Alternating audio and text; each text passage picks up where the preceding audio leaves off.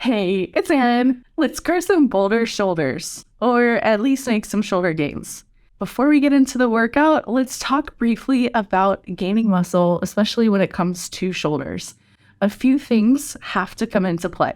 We must look at frequency, progression, sets and reps, and exercise choices. And of course, the food. Now, for the food, I did a quick video on how to eat to gain muscle. I'll leave a link in the description below. Now, as far as frequency, you're looking at least twice a week for training shoulders if you have a dedicated shoulder day. Now, if you're doing something like total body training, you can hit shoulders every single day because the overall volume per workout is going to be much lower. But a workout like this, twice a week should be enough. Now, progression or progressive overload. This is really important. So from week to week, you want to think about increasing the difficulty of the exercise, increasing the volume of the exercise. So just bumping up those reps just a little bit, maybe about 10% each week, and or increasing the weight that you lift. And that's another 5 to 10%. So you can do either or, increase the weight, increase the volume. Now, another thing that we're looking at is the split between fast twitch and slow twitch muscles for the shoulders. So they're about 50-50.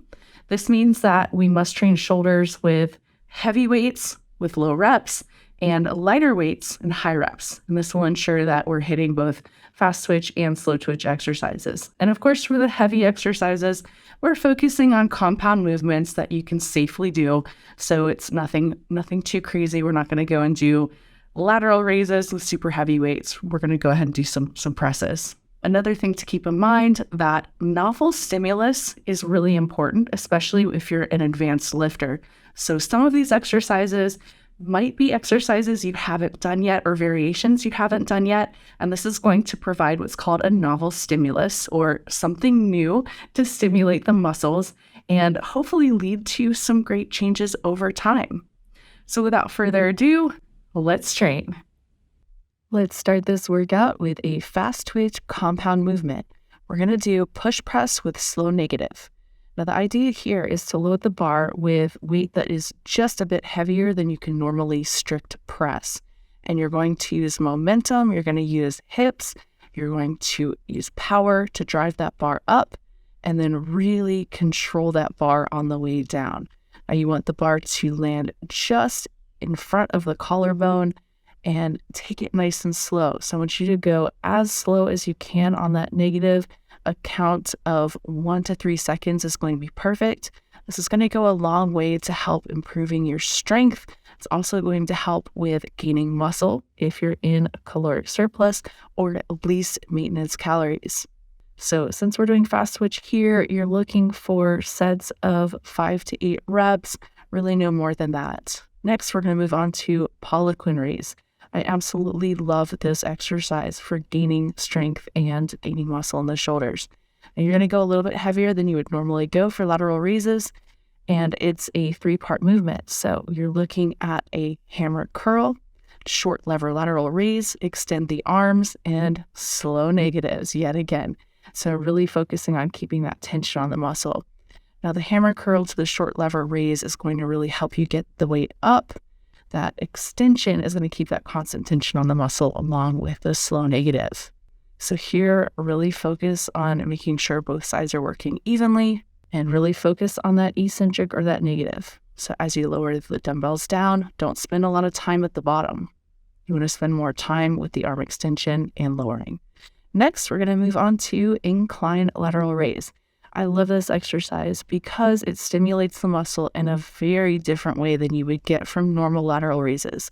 So if you think about it, when you're standing the normal lateral raise, you have the least amount of tension at the bottom of the exercise. Whereas here, you have the most amount of tension at the bottom of the exercise, creating a novel stimulus. And the ability to train the muscle one side at a time allows you to focus on the delt a little bit more. So here you want a slight bend in the elbow, overhand grip, of course, keep that wrist nice and straight. You want to have your body in plank position and you want to keep that constant tension. So you don't want to spend a lot of time at the bottom. You really want to think about pushing that dumbbell away, just like you would push the dumbbell away for the lateral raise. And you should really feel it in the side delt. This is great for just building that nice width across the upper body and building those capped shoulders. Now for sets and reps, I'll go ahead and leave that in the description below. Next, we're going to move on to a face pull or a high pull with an external rotation. I've got 2 ropes here. This is going to allow just a little bit better range of motion. Just want to be careful at the top as you're doing that rotation, not to bop yourself in the face with the ends of the rope here. So we're using a lightweight here. We're going to go higher reps. And the idea is to perform that high row. And then once you get your upper arm to parallel, you want to go ahead and externally rotate. This is going to go a long way for shoulder health. It's really going to hit those rear delts. We're going to do relatively high reps here and overhand grip. Keep the wrists straight. Nice, smooth range of motion. So you can separate it into 2 different movements. All right, moving on to the Y press. Now, this exercise, you want to go much lighter than you would normally go for shoulder press. It's also called a narrow to wide press. So as you start, you're going to have those dumbbells right at about your delts. And then as you push out, you're going to push out and push up at the same time. Now, you can make this exercise just a bit easier by going a bit narrower. And of course, you can make it harder by going a bit wider. And just like all of the other exercises, you want to think about keeping that constant tension on the muscle. Now for this bench, I've got a high incline on the bench, and this is really a great position for pressing. So think about just having a slight incline. As always, if you try these workouts and you love them, please tag me on social media. If you got a sick shoulder pump from this workout, tag me. Love to see your progress, and I love to see you take the workouts and make them your own. Please don't forget to like and subscribe. And that's it for this time. Until next time, train hard, y'all.